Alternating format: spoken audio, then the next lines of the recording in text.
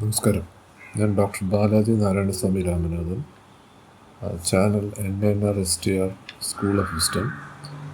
ഇതിൽ ഇപ്പം 172-ാമത്തെയാണ്. 170-ാമത്തത് നമ്മൾ സ്റ്റാർട്ട് ചെയ്തത് സിദ്ധികൾ എങ്ങനെ, ഗുപ്തവിദ്യ അല്ലെങ്കിൽ സിദ്ധികൾ നമുക്ക് എങ്ങനെ അക്യൂർ ചെയ്യാമെന്നുള്ളതിനെക്കുറിച്ച് പല ലിറ്ററേച്ചറും അവൈലബിൾ ആണ്. അപ്പോൾ നമ്മൾ ചർച്ചയ്ക്ക് എടുത്തിരിക്കുന്നത് പ്രാക്ടിക്കൽ ഒക്കൾട്ടിസം എന്ന് പറയുന്ന HP ബ്ലൗസ്കി എഴുതിയിട്ടുള്ള അല്ലെങ്കിൽ പബ്ലിഷ് ചെയ്തിട്ടുള്ള ഒരു ബുക്കാണ്. അതിൽ നിന്നാണ് നമ്മൾ ഡിസ്കസ് ചെയ്യുന്നത്. ആദ്യത്തെ ടോക്കിൽ 2 പേജും പിന്നത്തെ ടോക്കിൽ 3 പേജും, അപ്പോൾ 5 പേജ് നമ്മളതിനകത്ത് കവർ ചെയ്തു. നമ്മളിന്ന് 6-ാമത്തെ പേജ് തൊട്ടാണ് അതിനകത്ത് ഡിസ്കസ് ചെയ്യുന്നത്. What are then the conditions required to become a student of the divine സാപ്പൻറ്റിയം. നമ്മൾ കഴിഞ്ഞ തവണ പറഞ്ഞ് നിർത്തിയ പോയിന്റ് എന്ന് പറയുന്നത് the powers and forces of animal nature can equally be used by the selfish and revengeful as by the unselfish and the all-forgiving. The powers and forces of spirit lend themselves only to the perfectly pure in heart, and this is divine magic. അപ്പോൾ അത് pure ഹാർട്ടുള്ളവർക്ക് മാത്രമേ ഈ ഒരു divine മാജിക്കിലേക്ക് കടക്കാൻ പറ്റത്തുള്ളൂ എന്നാണ് പറഞ്ഞു നിർത്തിയത്. ഇനി ഇതിൽ പറയുന്നത് എന്തൊക്കെയാണ് കണ്ടീഷൻസ്, അല്ലെങ്കിൽ അതിൽ കടക്കാൻ എന്തൊക്കെയാണ് കണ്ടീഷൻസ് നമുക്ക് വേണ്ടത്. For it let be known that no such instruction can possibly given unless these certain conditions are complied with and rigorously carried out during the years of study. ഇതിലേക്ക് കടക്കുന്ന അല്ലെങ്കിൽ പ്രാരംഭഘട്ടത്തിൽ നമ്മൾ പാലിക്കേണ്ട ചില നിർദ്ദേശങ്ങളും വളരെ സ്ട്രിക്റ്റായിട്ട് നമ്മളത് പാലിച്ചാൽ മാത്രമേ ഇതിൽ നമുക്ക് മുമ്പോട്ട് പ്രോഗ്രസ് ചെയ്യാൻ പറ്റൂ. This is a sine qua non no man can swim unless he enters deep water. നമ്മൾ എങ്ങനെയാണോ ഇപ്പം നീന്തൽ പഠിക്കണമെങ്കിൽ നമ്മൾ ആഴമുള്ള വെള്ളത്തിൽ ഇറങ്ങിയാൽ മാത്രമേ നമുക്കത് പഠിക്കാൻ പറ്റൂ. ആഴം കുറവുള്ള വെള്ളത്തിൽ ഒരിക്കലും നമുക്ക് നീന്തൽ പഠിക്കാൻ പറ്റത്തില്ല. അതുപോലെ no bird can fly unless its wings are grown. അതുപോലെ പക്ഷികൾ നമുക്കറിയാം, ഇത് മുട്ടയിൽ നിന്ന് വിരിഞ്ഞ ഉടനെ ഇത് പറക്കത്തില്ല.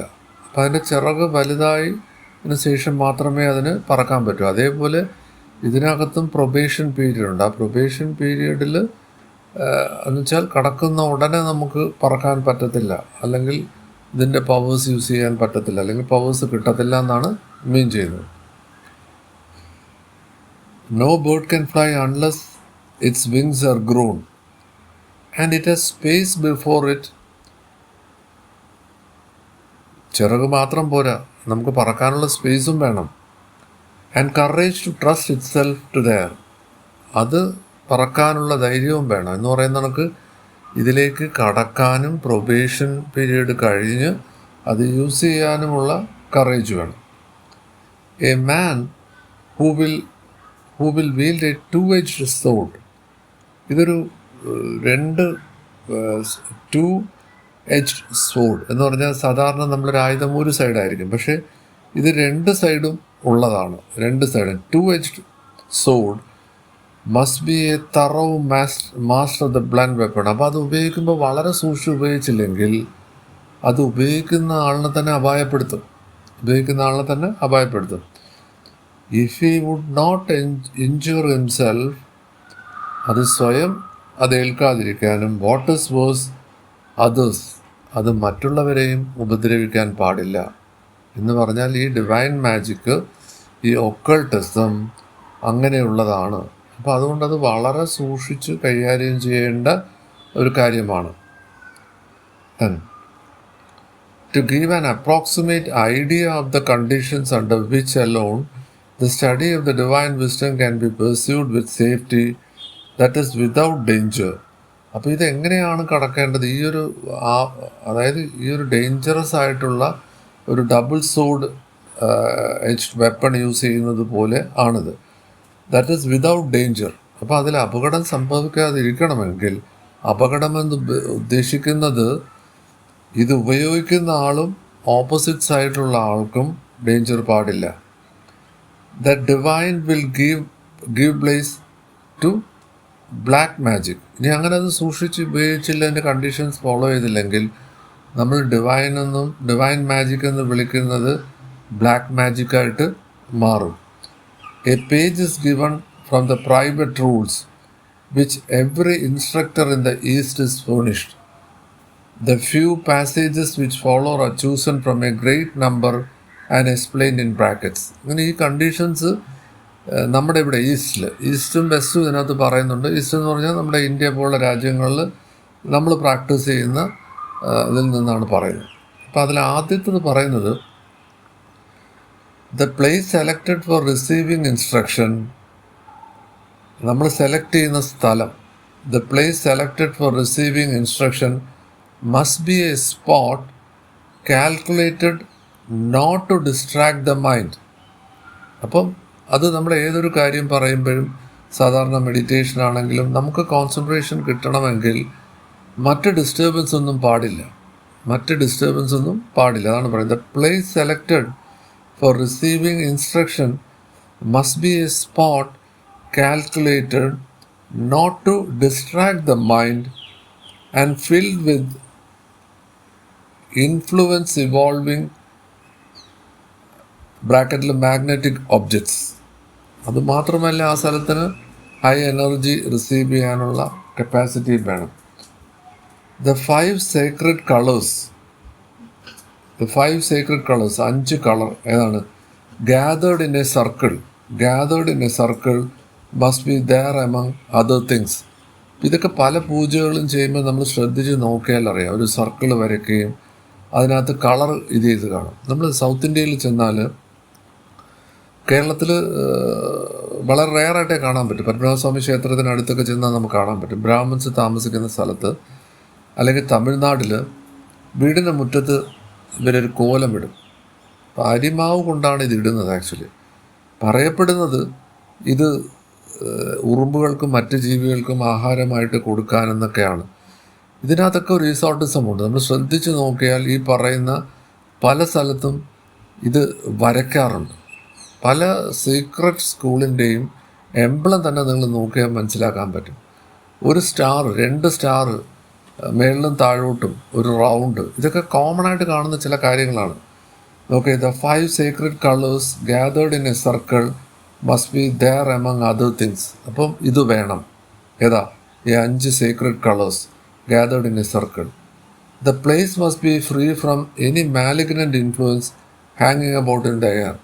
ആ എയർ വളരെ പ്യൂരിറ്റി ഉള്ളതായിരിക്കണം. അപ്പോൾ ചോദിക്കും, അങ്ങനെയുള്ള സ്ഥലമുണ്ടോ, നമുക്കിത് എങ്ങനെ ഐഡൻറ്റിഫൈ ചെയ്യാൻ പറ്റും എന്നൊക്കെ ഉള്ളത്. അതൊക്കെ നമ്മൾ ഈ ഒരു മേഖലയിൽ കടക്കുമ്പോൾ നമുക്കത് സാധ്യമായില്ലെങ്കിൽ പോലും നമ്മൾ ഫോളോ ചെയ്യുന്ന മാസ്റ്റേഴ്സ് അതിനുള്ള ഇൻസ്ട്രക്ഷൻ നമുക്ക് തരും.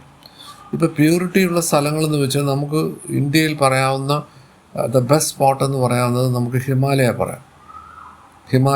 ഒരു ബെസ്റ്റ് സ്പോട്ടാണ്. അവിടെ മാലിഗൻ ഇൻഫ്ലുവൻസസ് ഒന്നും ഇല്ലാതെ വളരെ സീക്രറ്റാണ്. പിന്നെ സൗത്തിൽ നമുക്ക് തിരുവണ്ണാമല പറയാം, ട്രിവാൻഡ്രത്തിനടുത്ത് മരുത്തുവാമല പറയാം. ഇങ്ങനെയുള്ള ചില സ്ഥലങ്ങളുണ്ട്. അപ്പോൾ നമ്മൾ ചൂസ് ചെയ്യുന്ന സ്ഥലങ്ങൾ ആക്ച്വലി നമ്മൾ ചൂസ് ചെയ്യുന്നതല്ല. നമ്മുടെ എനർജി റൈറ്റായിട്ട് വരുമ്പം ആ സ്ഥലം നമ്മളെ അന്വേഷിച്ച് വരും. നമ്മൾ യാദൃച്ഛികമെന്ന് വിചാരിക്കും. പക്ഷേ in life nothing is accidental, everything is coincidental. ഒന്നും യാദൃച്ഛികമല്ല. നമുക്ക് യാദൃച്ഛികമെന്ന് തോന്നും. നമ്മൾ നമ്മുടെ എനർജി ഫ്രീക്വൻസി ഇമ്പ്രൂവ് ചെയ്യുന്നതിനനുസരിച്ച് ഇപ്പോൾ തിയററ്റിക്കലി പറയുന്ന കാര്യങ്ങളെല്ലാം നമ്മളിൽ വന്നു ഭവിക്കും. അല്ലാതെ ശ്രീനിവാസൻ ഒരു സിനിമയിൽ തമാശ പഠിച്ചു പറയുന്നത് പോലെ, അല്ലെങ്കിൽ ശ്രീനിവാസൻ ഒരു സിനിമയിൽ മാലയിട്ട് ശബരിമലയിൽ പോകുന്നത് പോലെ നമ്മളിത് ഇന്ന് തൊട്ട് ഞാൻ സിദ്ധിക് പവേഴ്സ് പഠിക്കും, ഈസോട്ടിക് ആവും, എന്നാൽ പിന്നെ ഞാൻ ഈ പ്രഭാഷണം കേട്ടിട്ട് അങ്ങ് ഈ വഴിയിലേക്ക് കടക്കാം എന്ന് വിചാരിച്ചാൽ അത് ശരിയല്ല എന്ന് തന്നെ പ്രാക്ടിക്കലി ഇതിലൂടെ കടന്നു പോയിട്ടുള്ളവർക്ക് പറയാൻ പറ്റും. ഇപ്പം തിയോസഫിക് സൊസൈറ്റി പബ്ലിഷ് ചെയ്ത ബുക്കിനകത്ത് മൗണ്ട് എവറസ്റ്റ് എന്ന് പറഞ്ഞ് ജിൻരാജ് ആശ ഇറക്കിയ ഒരു ബുക്കുണ്ട്. അതിൽ ഡിസൈപ്പിൾഷിപ്പിനെ കുറിച്ച് പറയുന്നത്, നിങ്ങളെല്ലാ സ്ഥലത്തും പോയിക്കോളൂ, നിങ്ങളെല്ലാ സ്പിരിച്വാലിറ്റിയും നിങ്ങൾ ടേസ്റ്റ് ചെയ്ത് നോക്കൂ. അതൊന്നും നിങ്ങൾ എടുക്കണ്ട. പക്ഷേ നിങ്ങൾക്ക് അനുയോജ്യമായിട്ടുള്ളത് നിങ്ങൾ സെലക്ട് ചെയ്യണം. അത് നമ്മളൊരു മെഡിറ്റേഷനെ കുറിച്ച് പറയുമ്പോഴും 100ഓളം ടൈപ്പ് മെഡിറ്റേഷൻ ഉണ്ട്. ഓഷോയുടെ തന്നെ മോർ ദാൻ 100 മെഡിറ്റേഷൻ എന്ന് പറഞ്ഞൊരു ബുക്കുണ്ട്. അപ്പം ഇതിലെല്ലാം നമ്മൾ പറയുന്നത് ഓരോ വ്യക്തികളും ഈ യൂണിവേഴ്സിലെ ഓരോ കാര്യങ്ങളും യുണീക്കാണ്. അപ്പോൾ അങ്ങനെ പറയുമ്പോൾ ആൾക്കാർ ഇവർക്ക് എന്താ യൂണീക്ക്, മനുഷ്യരെല്ലാം ഒന്നല്ലേ എന്നൊക്കെ പറയും. അല്ല, നമ്മൾ സൂക്ഷ്മമായി ഒന്ന് ശ്രദ്ധിച്ചാൽ, നമ്മളിപ്പോൾ ഇരിക്കുന്നതിന് തൊട്ടടുത്തൊരു ഒരു ഒരു മരത്തിലോ അല്ലെ ഒരു ചെടിയുടെ അടുത്ത് പോയി നോക്കി, അതെന്ത് ചെടിയോ ആയിക്കോട്ടെ, അതിൻ്റെ ഇലകളൊന്ന് ശ്രദ്ധിച്ച് നോക്കി. കാണാൻ ഒരുപോലെ ഇരിക്കുമെങ്കിലും ഇലകളെല്ലാം സെപ്പറേറ്റാണ്. കാഴ്ചയ്ക്ക് മാത്രമല്ല, അതിൻ്റെ ലൈനും അതിൻ്റെ ഡിസൈനും എല്ലാം ഷേപ്പ് മാത്രമേ ഒന്നുള്ളൂ. ഒരു ചെടിയുടെ ഇല അങ്ങനെയാണെങ്കിൽ ഇനി ആകാശത്തേക്ക് നോക്കൂ, മേഘങ്ങളുടെ കളർ നോക്കൂ, മേഘത്തിൻ്റെ ഷേപ്പ് നോക്കൂ, ഒരുപോലെയാണോ? അല്ല. അപ്പം അത്രത്തോളം പെർഫെക്റ്റാണ് എവല്യൂഷൻ, അത്രത്തോളം പെർഫെക്റ്റാണ്. അതേപോലെ ഇന്ന് ലോകത്ത് ജീവിച്ചിരിക്കുന്ന 780 crores അല്ലെങ്കിൽ കഷ്ടിച്ച് 800 കോടി ആൾക്കാർ, 278 രാജ്യങ്ങൾ നമ്മൾ എടുത്തു നോക്കിയാൽ നമ്മൾ പറയും മനുഷ്യരെല്ലാം ഒരുപോലല്ലേ? മനുഷ്യരെല്ലാം ഒരുപോലെ അല്ല. എല്ലാ ജീവജാലങ്ങളും ഒരുപോലെ അല്ല. ഇത് നമ്മൾ പഠിച്ചിട്ട് വേണം, അല്ലെങ്കിൽ ഇതൊക്കെ നമ്മൾ അറിഞ്ഞിട്ട് വേണം കടക്കാനായിട്ട്. അപ്പം എല്ലാവരും ഒരുപോലെ അല്ലെങ്കിൽ എല്ലാവർക്കും ഒരേ ടൈപ്പ് ഭക്ഷണമാണോ? അല്ലെങ്കിൽ എല്ലാവർക്കും ഒരേ പാഠമാണോ? ഇപ്പോൾ നമ്മുടെ ക്ലാസ്സിൽ 50 കുട്ടികൾ, ഇപ്പോൾ ഗവൺമെൻറ് കോളേജ് അല്ലെങ്കിൽ ഗവൺമെൻറ് സ്കൂളിലൊക്കെ ആണെങ്കിൽ 50ഉം 70ഉം കുട്ടികളുണ്ട്. 75ഓളം കുട്ടികളൊക്കെ നമ്മുടെ ക്ലാസ്സിൽ പഠിക്കാറുണ്ട്. കാര്യം ഫീസ് കൊടുക്കണ്ടല്ലോ. അവിടെ ശരിക്കും നമ്മളൊരു 40 മിനിറ്റ് ക്ലാസ് എടുക്കുമ്പം നമ്മൾ ഒരു കാര്യമാണ് പഠിപ്പിക്കുന്നതെങ്കിൽ പോലും അവിടെ ഓരോ കുട്ടികൾക്കും ഗ്രാസ്പ് ചെയ്യുന്ന പവർ വേറെയാണ്. ഇനി സെയിം സബ്ജക്റ്റ് തന്നെ വേറൊരു ക്ലാസ്സിൽ ചെന്ന് പഠിപ്പിക്കുമ്പം അവിടെ നമ്മൾ പഠിപ്പിക്കുന്നത് സെയിം അല്ല. ഇത് നമ്മൾ റെക്കോർഡ് ചെയ്ത് കേട്ട് കഴിഞ്ഞാൽ നമുക്ക് തന്നെ മനസ്സിലാവും. അപ്പം നമുക്ക് തോന്നുന്നു ഇതെങ്ങനെയാണ്, നമ്മൾ തന്നെയല്ലേ 2 സ്ഥലത്തും സംസാരിച്ചത്, അപ്പോൾ എങ്ങനെ 2 ക്ലാസ് വന്നു? ഞാനിത് ക്ലീനായിട്ട് ഒബ്സർവ് ചെയ്തിട്ടാണ് പറയുന്നത്. അപ്പം ഇത് പാത്രം അനുസരിച്ച് വിളമ്പണമെന്ന് പറയുന്നത് പോലെ ഒരു സ്റ്റേജ് കഴിയുമ്പം നമ്മുടെ അടുത്ത് വരുന്ന ആൾക്കാർക്ക് എന്താണോ ആവശ്യം, അവർക്ക് എന്താണോ അതായിരിക്കും നമ്മൾ സജസ്റ്റ് ചെയ്യുന്നത്. എല്ലാവർക്കും ഒരേ കാര്യങ്ങളല്ല സജസ്റ്റ് ചെയ്യുന്നത്. ഇപ്പോൾ ഒരാൾക്ക് പൈസ ഉണ്ടാക്കണമെങ്കിൽ പല മാർഗങ്ങളുണ്ട് എന്ന് പറയാൻ മാത്രമേ നമുക്ക് സാധിക്കത്തുള്ളൂ. അവരത് ശ്രമിച്ച് നോക്കണം. അപ്പോൾ ഇതിനകത്ത് അവരവർ തന്നെയാണ് ചെയ്യേണ്ടതെന്ന് നമ്മൾ പറയുമ്പോഴും നമ്മുടെ എനർജി ഫ്രീക്വൻസി കൂട്ടുന്നതിനനുസരിച്ച് ഓരോ വാതിലുകളും തുറന്ന് നമുക്കായിട്ട് വരും. അപ്പോൾ അതിനാണ് ഈ പ്യുവർ ഹാർട്ട്, മനസ്സ വാച കർമ്മണ, നമ്മൾ ആരെയും നോവിക്കാൻ പാടില്ല, നമ്മുടെ സ്വന്തം കാര്യത്തിന് ഇത് ഉപയോഗിക്കാൻ പാടില്ല, ലോക നന്മയ്ക്ക് വേണ്ടി. ലോക നന്മ എന്ന് പറഞ്ഞാൽ മനുഷ്യരല്ല, ലോകത്തെ എല്ലാ ജീവജാലങ്ങളും. നമ്മളിൽ എത്ര പേരുണ്ട് നമുക്ക് ചുറ്റുമുള്ള ചെടികളെ മനുഷ്യരെ പോലെ ട്രീറ്റ് ചെയ്യുന്നവർ, അല്ലെങ്കിൽ മൃഗങ്ങളെ മനുഷ്യരെ പോലെ ട്രീറ്റ് ചെയ്യുന്നവരുണ്ട്. അപ്പോൾ ആൾക്കാർ പറയും മനുഷ്യരെ തന്നെ മനുഷ്യരായി ട്രീറ്റ് ചെയ്യുന്നില്ല, പിന്നെയാണോ നമ്മൾ മൃഗത്തിനെയും ചെടിയെയും? സത്യമാണ്. എവിടെയോ ഒരു പട്ടി കുറേ ആൾക്കാരെ കടിച്ചു എന്ന് പറഞ്ഞാൽ ആൾക്കാർക്ക് പട്ടിയെ കണ്ടുകൂടാ. റോഡിൽ കാണുന്ന പട്ടിയെ കാണുമ്പോൾ വളരെ പുച്ഛവും, വീട്ടിൽ കാണുന്ന പട്ടിയെ കാണുമ്പോൾ വളരെ സ്നേഹവും. അത് സാധിക്കുമോ? ഒരിക്കലും സാധിക്കത്തില്ല. ഇനി അങ്ങനെ ചെയ്താൽ അത് ആർട്ടിഫിഷ്യലാണ്. വീട്ടിലുള്ള അംഗങ്ങളോട് നമുക്ക് അതിയായ സ്നേഹം, പുറത്തുള്ളവരെ കണ്ടാൽ നമുക്ക് സ്നേഹമില്ല, ഒരിക്കലും അത് സംഭവിക്കത്തില്ല. അങ്ങനെ ഒരാൾ പറയുന്നുണ്ടെങ്കിൽ വീട്ടിൽ കാണിക്കുന്നത് ആർട്ടിഫിഷ്യലാണ്. കാര്യം സ്നേഹം എന്ന് പറയുന്നത്, ലവ് എന്ന് പറയുന്നത് ഒരു യൂണിവേഴ്സൽ പ്രോസസ്സാണ്. അത് സുഹൃത്തുക്കളെ മാത്രം കാണുമ്പോൾ വരുന്നത് സ്നേഹമല്ല, അത് അറ്റാച്ച്മെൻ്റാണ്. അത് കണ്ടീഷണലാണ്. അപ്പോൾ ഇത് നമ്മൾ തിരിച്ചറിയാതെ നമ്മൾ മുമ്പോട്ട് പോയാൽ നമ്മൾ അപകടത്തിൽ ചെന്ന് കടന്ന് അപകടത്തിലേക്ക് പോകും. നമ്മൾ നല്ലതിനാണെന്ന് വിചാരിച്ച് എൻട്രി ചെയ്യുന്നത് അവസാനം നമുക്കും ദോഷമാവും, നമ്മളെടുത്ത് പ്രയോഗിക്കാൻ ഉദ്ദേശിക്കുന്നവർക്കും ഇത് ദോഷമായി വരും. അപ്പം ഇതിലെല്ലാം ഈ ഒരു ഈസോട്ടിക് ഇതിൽ പറയുന്നൊരു കാര്യം, ഇപ്പം രമണ മഹർഷി എടുത്തു കഴിഞ്ഞാൽ, കിങ് കോബ്ര എന്നറിയപ്പെടുന്ന രമണ മഹർഷി എടുത്തു കഴിഞ്ഞാൽ, രമണ മഹർഷി ഈസോട്ടിക്കാണ് ചെയ്തുകൊണ്ടിരുന്നത്. രമണ മഹർഷിയെ കണ്ടിരുന്ന പലരും ചില സമയത്ത് രമണ മഹർഷി അവിടെ കാണാറില്ല. ശിവലിംഗത്തിനെയാണ് കണ്ടിട്ടുള്ളത്. ഇതെല്ലാം റെക്കോർഡ് ചെയ്തിട്ടുള്ളതാണ്. ഞാൻ ഒരു കാര്യം ഓതൻറ്റിക് അല്ലാത്തത് ഞാൻ പറയത്തില്ല. ഇതവിടെ റെക്കോർഡ് ചെയ്തിട്ടുണ്ട്. എന്നാൽ രമണ മഹർഷി ഇത് എൻ്റർടൈൻ ചെയ്യൂ. രമണ മഹർഷിയുമായിട്ടുള്ള ഇൻ്റർവ്യൂവിൽ രമണ മഹർഷി പറയുന്നുണ്ട്, ഈ വെസ്റ്റിലൊക്കെ ആൾക്കാർ പലതും ചെയ്യുന്നല്ലോ, നമ്മളിവിടെ ഒന്നും ചെയ്യാതിരുന്നാൽ മതിയോ? ഒന്നും ചെയ്യാതിരിക്കുക എന്നുള്ളത് നമ്മുടെ വെറും തോന്നലാണ്. നമ്മൾ ഈ ഹൈ പവറിലിരിക്കുമ്പോൾ ഒരു ഹൈ എനർജി നമുക്ക് ചുറ്റും ഉണ്ടാവും. അത് തന്നെ ഒരു വലിയ സർവീസാണ്. ഈ യൂണിവേഴ്സൽ കോൺഷ്യസുമായിട്ട് കണക്ട് ചെയ്ത് കഴിഞ്ഞാൽ അത് തന്നെ ഒരു വലിയ സർവീസാണ്. പിന്നെ നമ്മൾ ആക്ട് ചെയ്യണോ വേണ്ടയോ എന്നുള്ളതിന് നമ്മൾ ദൂരെയൊന്നും പോകണ്ട. ഇന്ത്യയിലെ ബെസ്റ്റ് എക്സാമ്പിൾ 2 വ്യക്തികളെ നമുക്ക് എടുക്കാം. കേസ് സ്റ്റഡിയാണ്. അതൊക്കെ നമ്മൾ ഓരോരുത്തരും പഠിച്ചിട്ട് വേണം ഇവാലുവേറ്റ് ചെയ്യാൻ. ഞാൻ പറയുന്നു, അല്ലെങ്കിൽ ഞാൻ എന്തുകൊണ്ട് ഇങ്ങനെ പറഞ്ഞു എന്ന് പറയരുത്. ഞാൻ മെറ്റീരിയൽസ് വെച്ച് പറയുന്നതാണ്. അത് ഇവാലുവേറ്റ് ചെയ്യേണ്ടത് ഓരോരുത്തരാണ്. നമുക്ക് രമണ മഹർഷി എടുത്ത് പോയ 3 വ്യക്തികളെ എടുക്കാം. ഒന്ന് നമ്മുടെ ഫാദർ ഓഫ് ദ നേഷൻ എന്ന് പറഞ്ഞാൽ ഇന്ന് ആർക്കും അത്ര പിടി കിട്ടത്തില്ല. മഹാത്മാഗാന്ധിജിയാണ് ഇന്ത്യയുടെ ഫാദർ ഓഫ് ദ നേഷൻ. ഈ മഹാത്മാഗാന്ധിജി രമണ മഹർഷിയെ കാണാൻ ചെന്നു. എന്തിനാണ്?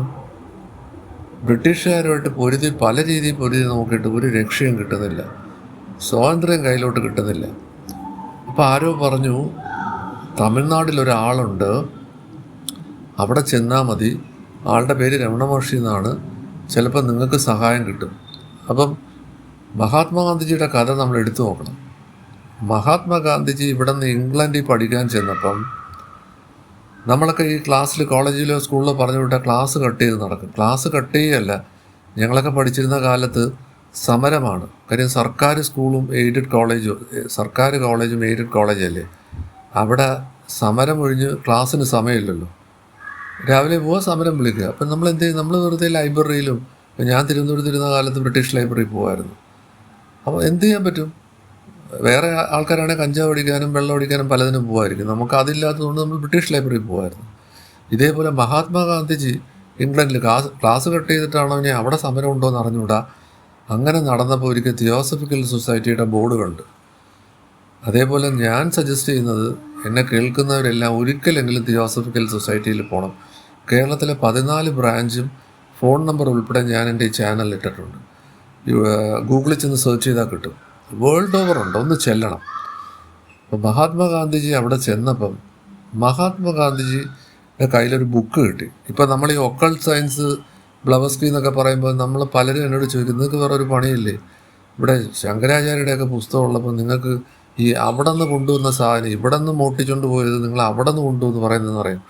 അപ്പം മഹാത്മാഗാന്ധി തിയോസഫിക്കൽ സൊസൈറ്റി ചെന്നപ്പം ഭഗവത്ഗീത ഒന്ന് ആലോചിച്ചു. ആനി ബെസൻ്റ് ഭഗവത്ഗീത കണ്ടു, വായിച്ചപ്പോൾ ഹൈലി ഇൻസ്പയർഡായി. അങ്ങനെ ഒരു കോപ്പി കിട്ടിയെന്നും പിൽക്കാലത്ത് തിയോസഫിക്കൽ സൊസൈറ്റിയുടെ ഭഗവത്ഗീത പലർക്കും കൊടുത്തെന്നും, സാക്ഷാൽ മഹാത്മാഗാന്ധി, ഈസ്റ്റിൽ നിന്നുള്ള മഹാത്മാഗാന്ധിജി അങ്ങ് വെസ്റ്റിൽ പോയി തിയോസഫിക്കൽ സൊസൈറ്റിയിൽ നിന്നാണ് ഭഗവത്ഗീത ആദ്യമായിട്ട് വായിക്കുന്നത്. അപ്പോൾ അതുകൊണ്ട് ഇതൊന്നും ആക്സിഡൻ്റലല്ല. നമ്മൾ ഈ ബ്ലവസ്കിയുടെ ബുക്ക്, അല്ലെ പ്രാക്ടിക്കൽ ഒക്കൾട്ടിസം എന്ന് പറയുന്ന ഈ ബുക്ക് ഡിസ്കസ് ചെയ്യുന്നത് ആക്സിഡൻ്റിലൊന്നുമല്ല. എൻ്റെ കയ്യിൽ 2-3 കോപ്പി വർഷങ്ങൾക്ക് മുമ്പേ വന്ന് ഞാൻ വായിച്ചിട്ടുള്ളതാണ്. ഇതൊരു ഫ്രഷ് കോപ്പിയാണ്. എന്തിനാണ് ഞാൻ ഇതൊരു ടോക്കായിട്ട് കൺവേർട്ട് ചെയ്യുന്നു എന്ന് ചോദിച്ചാൽ, ഞാൻ യൂട്യൂബിൽ നോക്കിയപ്പോൾ മലയാളത്തിൽ ഇതിനെക്കുറിച്ച് ഒരു ഡിസ്കഷനും ഇല്ല. ഇംഗ്ലീഷിൽ എക്സ്പ്ലനേഷൻ ഇല്ല, ഓഡിയോ ബുക്കുണ്ട്. അപ്പം ഞാൻ വിചാരിച്ചു എന്തായാലും ഇതൊന്ന് ചെയ്ത് നോക്കാം. കാര്യം ഞാനിപ്പോൾ പബ്ലിഷ് ചെയ്യാൻ പോകുന്ന ബുക്ക് സിദ്ധികളെ കുറിച്ചാണ്, അല്ലെങ്കിൽ ഹീലിങ്ങിനെ കുറിച്ചാണ്. ദ സീക്രട്ട് ഓഫ് സിദ്ധീസ് അല്ലെങ്കിൽ സീക്രട്ട് ഓഫ് ഒക്കൾട്ടിസം ഹീലിംഗ് ആണ് ബുക്കിൻ്റെ ടൈറ്റിൽ. അപ്പോൾ അതിലൊരു ഡോക്യുമെൻ്ററിയും ഒരു ബുക്കും കൂടെ പബ്ലിഷ് ചെയ്യണം. അപ്പോൾ അതിൻ്റെ ഒരു പഠനത്തിനായിട്ട് ഞാൻ 5 വർഷമായിട്ട് മെറ്റീരിയൽ കളക്ട് ചെയ്തുകൊണ്ടിരിക്കുക. ശ്രീനാരായണ ഗുരുവിൻ്റെ അങ്ങനെ പലരുടെയും കളക്ട് ചെയ്തുകൊണ്ടിരിക്കുകയാണ്. ആ കൂട്ടത്തിലാണ് ഞാൻ ഈ ഒരു ടോക്ക് നടത്തുന്നത്. അപ്പോൾ ഈ ടോക്കിൻ്റെയൊക്കെ പല കാര്യങ്ങളും എൻ്റെ ബുക്കിലും ഡോക്യുമെൻ്ററിയിലും വരുന്ന കണ്ടൻറ്റുകളാണ് ഞാൻ ഇതിനകത്തോട്ട് പബ്ലിഷ് ചെയ്യുന്നത്. അപ്പോൾ ആൾക്കാർ അങ്ങനെ പബ്ലിഷ് ചെയ്യരുത്, ആൾക്കാർ മോട്ടിക്കും. ഇതാരെങ്കിലും പബ്ലിഷ് ചെയ്തോട്ടെ, അങ്ങനൊന്നും നമ്മൾ വിചാരിച്ചാലൊന്നും ഒന്നും പബ്ലിഷ് ചെയ്യാൻ പറ്റത്തില്ല. ലൈബ്രറി സയൻസിൽ പഠിപ്പിക്കുമ്പോൾ അവർക്ക് പറയുന്നത്, ഒരു പുസ്തകം ഒരു ഓഥറല്ല എഴുതുന്നത്. എവിടെയെങ്കിലും ലോകത്തൊരാൾക്കൊരു കാര്യം അറിയണം, തീവ്രമായി അറിയാനൊരാഗ്രഹം ഉണ്ടെങ്കിൽ ഒരു എഴുത്തുകാരൻ്റെ മനസ്സിലത് വരികയും അതാണ് ബുക്കാവുന്നത്. നമ്മളീ കാണുന്ന പാട്ടും കൃതികളും സിനിമയും എല്ലാം അതാത് കാലഘട്ടത്തിലെ ആവശ്യത്തിനനുസരിച്ച് വരുന്നതാണ്. അത് സൃഷ്ടിയാണ് ചെയ്യുന്നത്. അല്ലാതെ ഭഗവത്ഗീതയിൽ എവിടെ അധർമ്മമുണ്ടോ അവിടെ ധർമ്മം വരും, സംഭവാമി യുഗേ യുഗേ എന്നൊക്കെ പറയുന്നത് എല്ലാ കാര്യവും ലോകത്ത് നടക്കുന്നതും സൃഷ്ടിയുടെ ഇതനുസരിച്ചിട്ടാണ്. ഒരു ഇല അനങ്ങണമെങ്കിലും സൃഷ്ടി വിചാരിച്ചാലേ നടക്കും. മഴ പെയ്യുന്നതും വെയിലടിക്കുന്നതും പ്രളയവും സുനാമിയും എർത്ത് എല്ലാം സൃഷ്ടിയാണ്, സൃഷ്ടിയുടെ ഡിവൈൻ പ്ലാനാണ്. അപ്പം ഇത് മനസ്സിലാക്കാതെ അല്ലെങ്കിൽ ഇതിൽ നമ്മൾ സറണ്ടർ ചെയ്യാതെ നമ്മൾ എങ്ങനെയാണോ ഒരു ടാപ്പിൽ വെള്ളം നമ്മൾ പൈപ്പ് തുറക്കുമ്പം ഈ ടാപ്പിൽ എങ്ങനെയാണ് വെള്ളം വരുന്നത്? അപ്പോൾ ആൾക്കാർ പറയാം ഇത് കോർപ്പറേഷൻ വാട്ടറാണ്, കോർപ്പറേഷനിൽ നിന്ന് വരുന്നതാണ്. ശരി, നിങ്ങൾ ഈ ടാപ്പ് തുറന്നില്ലെങ്കിലോ ഈ വെള്ളം എവിടെ നിൽക്കുകയാണ്? അത് വെള്ളം ഒന്നുകിൽ ടാങ്കിലാണ് അല്ലെങ്കിൽ കോർപ്പറേഷൻ്റെ ഇതിലാണ് എന്ന് പറയുന്നത് പോലെ മാസ്റ്റേഴ്സ് അല്ലെങ്കിൽ കോൺഷ്യസ്നസ്, യൂണിവേഴ്സൽ ലൈബ്രറി, ആകാശിക് റെക്കോർഡ്, ഒരു ഡേറ്റാബേസ് ഉണ്ട്. ഒരു ബ്രിട്ടീഷ് ലൈബ്രറിയും ഒരു തിയോസഫിയിലും എവിടെയും പോണ്ട. പക്ഷേ അത് നമ്മൾ കണക്ട് ചെയ്ത് കഴിയുമ്പോഴാണ് അപ്പോൾ ഞാൻ പറഞ്ഞു വന്നതിന് ഡീവിയേറ്റ് ചെയ്ത് പോവുകയല്ല.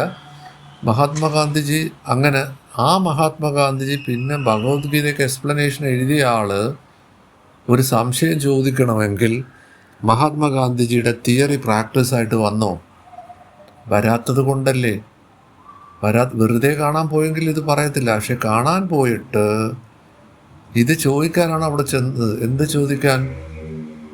ഇന്ത്യക്ക് സ്വാതന്ത്ര്യം കിട്ടിയില്ല, ബ്രിട്ടീഷുകാരാണിത് ഭരിക്കുന്നത്, നമുക്ക് എങ്ങനെയെങ്കിലും സ്വാതന്ത്ര്യം വേണ്ടേ എന്ന് രമണ മഹർഷിയെടുത്ത് ചോദിച്ചപ്പോൾ രമണ മഹർഷി പറഞ്ഞ്, എന്ത് സ്വാതന്ത്ര്യം? എൻ്റെ സ്വാതന്ത്ര്യം എൻ്റെയിലാണ് എന്ന് പറഞ്ഞാൽ മറ്റൊന്നില്ല. അതാണ് ക്വാണ്ടം ഫിസിക്സും പറയുന്നത്. മാറ്റർ ഇല്ല, എനർജിയുടെ കാലമൊക്കെ പോയി.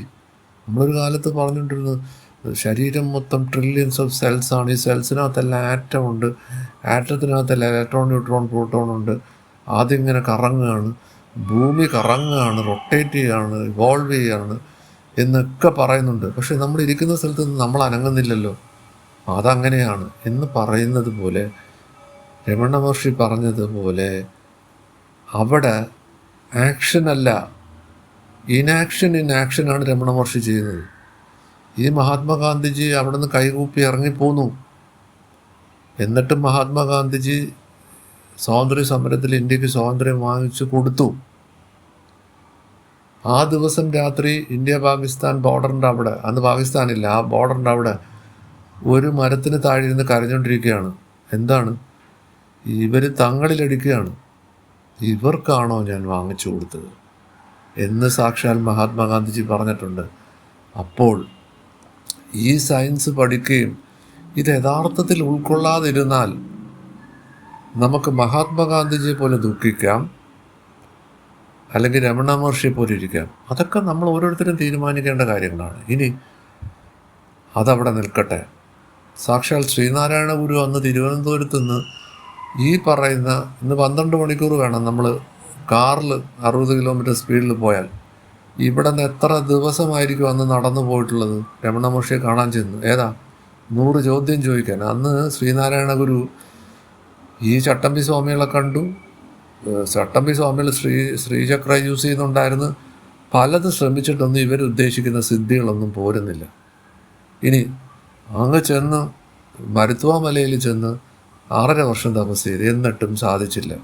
നമ്മൾ കൃതികൾ എടുത്തു നോക്കുമ്പോൾ അവിടെ നിന്ന് നാഗർകോവിലിൽ ചെന്നെന്നും അവിടെ ഒരു സ്ത്രീയെ കണ്ടെന്നും അവിടെ നിന്ന് കുറച്ച് കാര്യങ്ങൾ കിട്ടിയെന്നൊക്കെ ഇങ്ങനെ അവിടെ ഇവിടെ തൊട്ടും തൊടാതെ പറഞ്ഞു. അടുത്തിടയ്ക്ക് ഒരു തിയോസഫിനെ പറഞ്ഞ് അത് മൈലാപ്പൂരിൽ ചെന്ന് തപസ്സിരുന്നിട്ടുണ്ട്, എല്ലും കഷ്ണമായി മരിക്കുന്ന സ്റ്റേജായി, അവിടെ തിയോസഫിയുടെ മാസ്റ്റേഴ്സിൻ്റെ ഗൈഡൻസ് കിട്ടിയെന്ന് പറയുന്നുണ്ട്. നമ്മളിതൊന്നും എടുക്കണ്ട. ഒരു 100 ബയോഗ്രഫി ഉണ്ട്, കുമാരനാശാൻ ഉൾപ്പെടെ ഉള്ളതുണ്ട്. ഞാനിത് ഓൾമോസ്റ്റ് വായിച്ചിട്ടുണ്ട്. ഇതിൻ്റെ പലതിൻ്റെ റിവ്യൂസ് ഞാൻ അതിനകത്ത് ഇട്ടിട്ടുണ്ട്. അപ്പോൾ ഞാൻ പറയും നമ്മൾ അതിലേക്ക് പോകാനല്ല. ഈ ശ്രീനാരായണ ഗുരു ഇവിടെ നിന്ന് അങ്ങ് രമണ മഹർഷിയെ കാണാൻ ചെന്നു. എന്നിട്ട് ഏറ്റവും വിചിത്രമായ കാര്യം, ഈ നമ്മൾ പറയുന്ന സ്പിരിച്വാലിറ്റിയും ഒക്കൾട്ടിസവും ഒന്നും നമുക്ക് പഞ്ചേന്ദ്രിയങ്ങളിലൂടെ റിസീവ് ചെയ്യാൻ പറ്റത്തില്ല. എന്ന് പറഞ്ഞാൽ ഒരു പുസ്തകത്തിൽ നിന്ന് നമുക്ക് കിട്ടത്തില്ല, ഒരു പ്രഭാഷണത്തിൽ നിന്ന് കിട്ടത്തില്ല. എന്നിട്ട് പിന്നെ ഇതിന് മുതിരുന്ന എന്തിനാന്ന് ചോദിച്ചാൽ ചോദിച്ചാൽ, അത് ജയകൃഷ്ണമൂർത്തിയും പറഞ്ഞിട്ടുണ്ട്, എന്നെ കേൾക്കുന്ന നിങ്ങൾ ആരും നന്നായില്ലെങ്കിലും ആ വഴി കൂടെ പോകുന്ന ആരെങ്കിലും നന്നാവുമെന്ന് പ്രതീക്ഷിച്ചിട്ടാണ് ഞാൻ പറയുന്നത്. സാക്ഷാൽ വേൾഡ് ടീച്ചർ എന്ന് പറയുന്ന ജിദ്ദു കൃഷ്ണമൂർത്തി. ഈ ജിദ്ദു കൃഷ്ണമൂർത്തിയെ തിയോസഫിക്കാർ എന്തോന്ന് പറയുന്നത്, കുളിക്കുന്ന ഒരു സ്ഥലത്തു നിന്ന് ലെഡ് ബീറ്റർ പോയിൻ്റ് ഔട്ട് ചെയ്ത് ഹൈ എനർജി ഫ്രീക്വൻസി ഉള്ള ആണെന്ന് അവിടെ നിന്ന് ലിഫ്റ്റ് ചെയ്ത് തിയോസഫി മോൾഡ് ചെയ്തതാണ്. അവസാനം ജിദ്ദു കൃഷ്ണമൂർത്തിയുടെ അച്ഛനും അമ്മയ്ക്ക് അവർ കേസ് കൊടുത്തു. ജിദ്ദു കൃഷ്ണമൂർത്തി ഇവിടെ നാട് കടത്തി. ഇതെല്ലാം കഴിഞ്ഞിട്ട് ഓർഡർ ഓഫ് സൊസൈറ്റിയുടെ first day Jiddu Krishnamurti theosophical society അല്ലെ ഓർഡർ ഓഫ് സൊസൈറ്റിയിൽ നിന്ന് ഇറങ്ങിപ്പോയി. എന്നിട്ട് പറഞ്ഞു, ഓർഗനൈസേഷൻ ഇസ് എ കൾട്ട്. ഈ ശ്രീനാരായണ ഗുരു അവിടെ ചെന്ന്, ഏതാ, എനിക്ക് അമ്പലം പണിയണം, എനിക്ക് സ്കൂൾ പണിയണം, എനിക്ക് SNDP യോഗം ചെയ്യണം, എനിക്ക് ഈ നാട്ടിൽ സംഭവിക്കണം, മഹാത്മാഗാന്ധിജി പറഞ്ഞതുപോലെയുള്ള പരിപാടിയായിട്ടാണ് അവിടെ ചെന്നത്. ഒരക്ഷരവും ഇവർ സംസാരിച്ചില്ല. കഴിക്കാനുള്ള സമയമായപ്പം കഴിക്കാനായിട്ട് ക്ഷണിച്ചു രമണ മഹർഷി. കഴിച്ചു. അവർ കുറേ നേരം ഒരുമിച്ചിരുന്നു. എന്നിട്ട് രമണ മഹർഷി അവിടെ ഇരുന്നവരടുത്ത് പറഞ്ഞു, നല്ല അറിവുള്ള ആളാണ്, തെരിഞ്ചവൻ എന്ന് പറഞ്ഞാൽ അറിവുള്ള ആളെന്ന് പറഞ്ഞിട്ടുണ്ട്. അങ്ങനെ നിർവൃതി പഞ്ചകം എന്നൊരു കൃതി എഴുതിയിട്ട് ശ്രീനാരായണ ഗുരു തിരിച്ചു പോരുകയായിരുന്നു. എന്ന് പറഞ്ഞാൽ അവിടെ ചോദിക്കാൻ ഉദ്ദേശിച്ച കാര്യമൊന്നും ചോദിക്കാൻ പറ്റിയില്ല. ഇത് സാക്ഷാൽ വിവേകാനന്ദനും ഇത് സംഭവിച്ചിട്ടുണ്ട്. വിവേകാനന്ദൻ ഗുരുവിന് പുറകിൽ പോയ കാലത്ത് അങ്ങനെയാണ്. ഈ സ്പിരിച്വാലിറ്റിയിൽ പോയി കഴിഞ്ഞാൽ വീട്ടുകാരും നാട്ടുകാരും നമ്മളെ ചീത്ത വിളിക്കും, കളിയാക്കും. ഇവന്മാരെന്തോന്ന്, ഇവർക്ക് വേറെ പണിയില്ലെന്ന് പറയും. ഇതേ ചോദ്യം വിവേകാനന്ദൻ്റെ അടുത്ത് അമ്മ കളിയാക്കി പറഞ്ഞു. എന്നാൽ വിവേകാനന്ദൻ ചെന്ന് ഗുരുവിൻ്റെ അടുത്ത് പറഞ്ഞപ്പോൾ ഗുരു പറഞ്ഞ്, ഗുരു കാളിയെ പ്രത്യക്ഷപ്പെടുത്തി കാളിയായിട്ട് ഡയറക്റ്റ് സംസാരിക്കുന്ന ആളാണ്. കാളിയെ പ്രത്യക്ഷപ്പെടുത്താൻ പറ്റുമെന്ന് പറഞ്ഞാൽ പറ്റും. ശങ്കരാചാര്യന് ദേവിയെ പ്രത്യക്ഷപ്പെടുത്താൻ പറ്റുമെങ്കിൽ പറ്റും, നമുക്കും പറ്റും. അതാണ് ഈ സോട്ടിക് എന്ന് പറയുന്നത്, ഈ സ്കൂളെന്ന് പറയുന്നത് ഒക്കൾട്ടിസമാണ്. അപ്പോൾ എന്താ പറഞ്ഞത് വിവേകാനന്ദടുത്ത്, നീ വേണമെങ്കിൽ പോയി പറ. അങ്ങനെ കാളിയെടുത്ത് പോയി. 2 ട്രിപ്പ് പോയി, 3 ട്രിപ്പ് പോയി. ഓരോ ട്രിപ്പും പോയിട്ട് പോയോ പോയി, പറഞ്ഞോ പറഞ്ഞില്ല. അവസാനം പറഞ്ഞു, എനിക്ക് ചോദിക്കാൻ പറ്റുന്നില്ല. ചോദിക്കണ്ട, ഒക്കൾട്ടിസത്തിൽ ചോദിക്കണ്ട. അതാണ് പറയുന്നത്, ചുമ്മാതിരിക്ക്.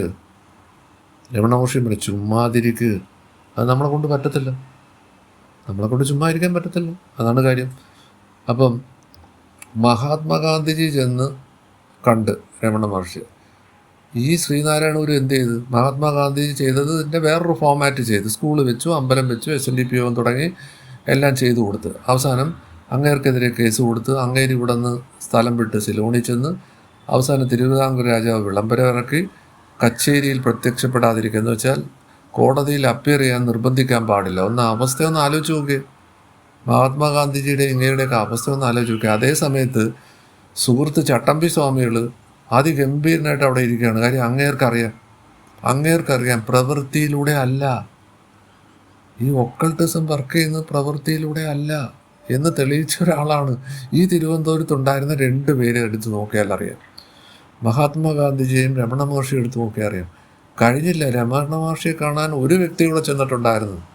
ഓട്ടോബയോഗ്രഫി യോഗി എഴുതിയ യോഗാനന്ദ പരമഹംസ. ഒന്ന് ആലോചിച്ച് നോക്കി. നമ്മൾ ഈ മേഖലയിലെ നമ്പർ 1 എന്ന് നമ്മൾ വിചാരിക്കുന്ന സാക്ഷാൽ യോഗാനന്ദ പരമഹംസ, ക്രിയായോഗിൻ്റെ ഇത് സാക്ഷാൽ ബാബാജിയുടെ ശിഷ്യൻ അവിടെ ചെന്നു. എന്ത് ചോദിച്ചു എന്നുള്ളത് ഞാൻ ഇതിനകത്ത് പറയുന്നില്ല. അത് ഞാൻ ആരെയും കൊച്ചാക്കാനോ ഒന്നുമല്ല. അത് യൂട്യൂബിൽ ഈ ടോക്ക് ഡയറക്റ്റുണ്ട്. എന്തിനാ അവിടെ ചെന്നതെന്ന്, എന്തന്വേഷിച്ചാണ് അവിടെ ചെന്നതെന്ന്. അവരുടെ പോലും അന്വേഷണം അവസാനിച്ചില്ല. പുസ്തകം എഴുതിയ ആള് മഹാത്മാഗാന്ധിജി, ഭഗവത്ഗീതയുടെ ശ്രീനാരായണ ഗുരു എത്ര കൃതികൾ എഴുതിയ ആളാണ്. സംശയമായിട്ട് എവിടാ പോയത്? രമണ മഹർഷി അടുത്താണ് പോയത്. അപ്പം ഞാൻ എന്താ പറയാൻ വരുന്നതെന്ന് പറഞ്ഞാൽ, നമുക്കറിയാമെന്ന് വിചാരിച്ചാൽ ഒരു കാര്യവും നമുക്ക് പഠിക്കാൻ പറ്റത്തില്ല. നമ്മൾ 13 ഗോൾഡൻ സ്റ്റേഴ്സ് എന്ന് ഈ തിയോസഫിയിൽ എഴുതി വെച്ചിട്ടുണ്ട്. ഓപ്പൺ മൈൻഡ് ആയിരിക്കണം. ഒരിക്കലും എല്ലാം അറിയാൻ സാധ്യമല്ല. കാര്യം അറിയാൻ മറ്റൊരു വസ്തുവില്ല, നമ്മൾ തന്നെയാണത്. നമ്മൾ അന്വേഷിക്കുന്ന നിധി നമ്മൾ തന്നെയാണ്.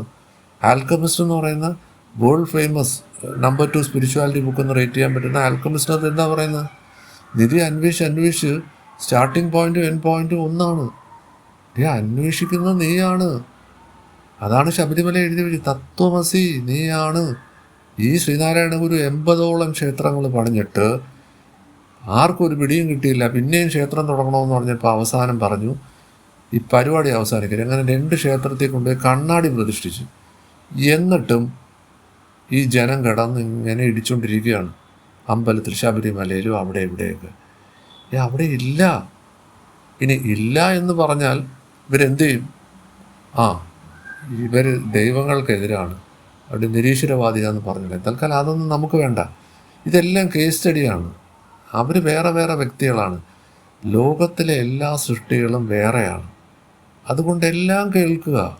ദിൻഡ്യാദാസ പറഞ്ഞ കണക്ക് എല്ലാം കുടിച്ചു നോക്കുക, എല്ലാം കഴിച്ചു നോക്കുക. നിങ്ങൾക്ക് അനുയോജ്യം ഏതാണോ അതാണ് അർജുനടുത്ത് പറഞ്ഞത്. സാക്ഷാൽ ദൈവം ഞാൻ പറയുന്നത് കൊണ്ട് നീ കേൾക്കണ്ട. നീ യുക്തിയുക്തം ഇത് ചെയ്തിട്ട് മാത്രമേ എടുക്കാവൂ. ആ ഒരു ഫ്രീഡം ഓഫ് തോട്ട് തിയോസഫിയിലും കൊടുക്കുന്നുണ്ട്. നിങ്ങൾ എന്ത് വേണമെങ്കിലും ചെയ്തു. അവരത് തറപ്പിച്ച് പറയാൻ കാരണം എന്താ അറിയാമോ? കൃഷ്ണൻ സ്വാതന്ത്ര്യമൊന്നും കൊടുത്തിട്ടില്ല. നീ പോയി എന്തൊക്കെ അടി കൊണ്ടാലും അവസാനം ഞാൻ പറഞ്ഞത് നീ മനസ്സിലാക്കേണ്ടി വരും. നീ യോദ്ധാവായതുകൊണ്ട് നീ യുദ്ധം ചെയ്യേണ്ടി വരും. ഈ അർജുനൻ എന്ത് സംഭവിച്ചത്? നമ്മൾ കണ്ട നല്ല ഷോട്ടുകൾ മാത്രമാണ് ഈ യുദ്ധം ജയിച്ചത്. യുദ്ധം അവസാനിച്ചപ്പോൾ ആദ്യം ഒരു കൊടിയുണ്ട്. ഏതാ? ഈ കുതിരവണ്ടിയിലൊരു കൊടിയുണ്ട്. ആ കൊടിയിലൊരു ഹനുമാൻ്റെ പടമുണ്ട്. ആ കൊടി ഇങ്ങോട്ട് ഇളക്കുമ്പോഴേ പറയുന്നത് ഇതോടുകൂടി ഹനുമാൻ്റെ കടാക്ഷം അവസാനിച്ചു. എന്നിട്ട് അർജുനന് ശാപമുണ്ട്. ഇത്രയും പേര് കൊന്നതിന് അർജുനന് ശാപമുണ്ട്. ഇവരുടെയൊക്കെ അമ്മ അർജുനനെ ശപിച്ചു. എന്താ ശപിച്ച്?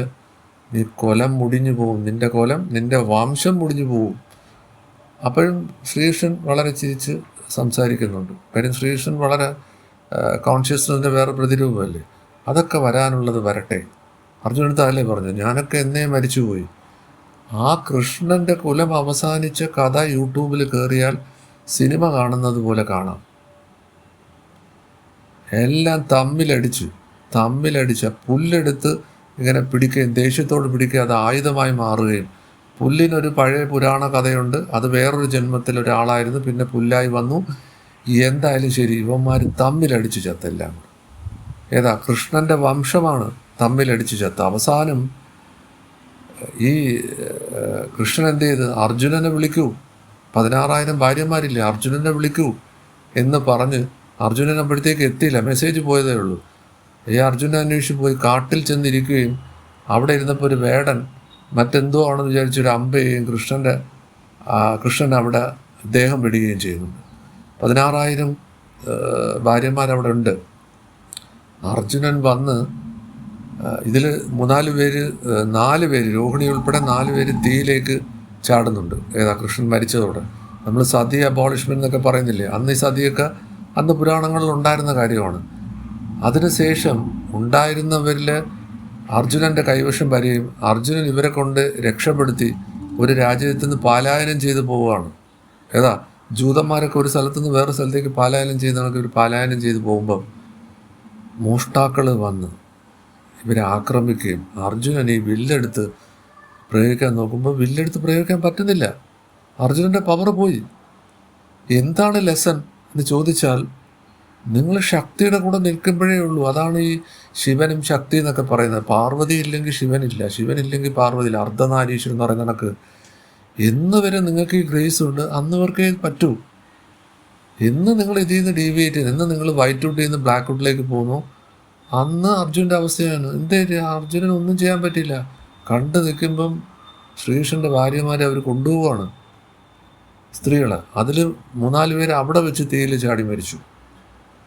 അങ്ങനെ സാക്ഷാൽ അർജുനന് പറ്റിയില്ല, സംരക്ഷിക്കാൻ പറ്റിയില്ല, കൃഷ്ണന് പറ്റിയില്ല. അപ്പം ഇതെല്ലാം പുരാണങ്ങളിൽ നമ്മൾ കൃഷ്ണനെ അർജുനെ കളിയാക്കാനല്ല. ഈ സംഭവങ്ങളെല്ലാം എങ്ങനെയാണ് വന്നതെന്ന് ചോദിച്ചാൽ, വേദമാണ് യഥാർത്ഥത്തിലെ ശ്രുതി. നമ്മുടെ ശ്രുതിയും സ്മൃതിയുണ്ട്. ശ്രുതി കാലങ്ങൾക്കനുസരിച്ച് മാറും. ശ്രുതി അങ്ങനെയല്ല, പെർമനൻ്റാണ്. അത് വേദത്തിലാണുള്ളത്. വേദം ആൾക്കാർക്ക് മനസ്സിലാവാൻ പറ്റാതെ വന്നപ്പം അത് ഉപനിഷത്തായിട്ട് കുറച്ച് ഡൈല്യൂട്ട് ചെയ്തു. ഉപനിഷത്തും പറ്റാതെ വന്നപ്പം അത് പുരാണ കഥകളായിട്ട് മാറ്റി. ഇതാണ് സത്യത്തിലുള്ള കാര്യം. അപ്പോൾ ഇതിനകത്തുള്ള സാരാംശം എന്താണെന്നാണ് നമ്മൾ ഉൾക്കൊള്ളേണ്ടത്. അതിനാണ് ഈ പേരുകളെല്ലാം പറയുന്നത്. ഇപ്പോൾ ഓഷോയുടെ പേര് പറയാറുണ്ട്, ജിത്തു കൃഷ്ണമൂർത്തിയുടെ പേര് പറയാറുണ്ട്. ഈ ജിത്തു കൃഷ്ണമൂർത്തി എടുത്ത് ചോദിച്ചു, ഈ മഹാത്മാഗാന്ധിജിയെ വെടിവെച്ച് കൊന്ന സമയത്ത് ഇങ്ങനൊരു സ്ഥലത്ത് സംസാരിക്കുകയാണ്. അപ്പം ഇങ്ങനടുത്ത് ഈ കാര്യം പറഞ്ഞപ്പം ജിത്തു കൃഷ്ണമൂർത്തി ചോദിച്ചെന്താ അറിയോ, വെടിവെച്ച ആളിലാണോ വയലൻസ്, നമ്മുടെ ഉള്ളിലാണോ വയലൻസ്? ഏതാ രമണ മഹർഷി ചോദിച്ചാണത്. ഇതേ ജിത്തു കൃഷ്ണമൂർത്തി വേൾഡ് വാറിൻ്റെ കാര്യം പറഞ്ഞപ്പോൾ, എന്ത് വേൾഡ് വാർ? എൻ്റെ വേൾഡ് എൻ്റെയിലാണ്. We are the world, the violence is not outside. ഇതാണ് പൊരുൾ. ഈ പൊരുൾ മനസ്സിലാക്കാതെ തമ്മിലടിക്കാനും വേർതിരിക്കാനും ഡിസ്ക്രിമിനേഷൻ, എന്താ ഞാൻ വേറെ പാകിസ്ഥാൻ വേറെ, ഞാൻ ഹിന്ദു വേറെ ക്രിസ്ത്യൻ വേറെ, ഈ കാറ്റഗറിയിലുള്ളവർക്ക് ഈസോട്ടിക്ക് പോയിട്ട് ഒക്കൾട്ടിസം പോയിട്ട് സ്പിരിച്വാലിറ്റിയുടെ ആദ്യത്തെ പടി ചവിട്ടാൻ തന്നെ പെർമിഷനില്ല. ആദ്യത്തെ പടി തന്നെ ചവിട്ടാൻ പെർമിഷനില്ല. അപ്പം ഇത് സാധാരണക്കാർക്കുള്ളതല്ല. ഇതിനൊരു അപാരമായ ധൈര്യം വേണം. 35 minutes ആയി, ടോക്കം കൂടെ അവസാനിക്കാം. അപ്പം ഒരു പേജിൽ നിന്ന് നമുക്ക് ചെയ്യാൻ പറ്റുള്ളൂ, 6 മാത്രമേ ചെയ്തിട്ടുള്ളൂ. കണ്ടിന്യൂ ചെയ്യാം. Thank you.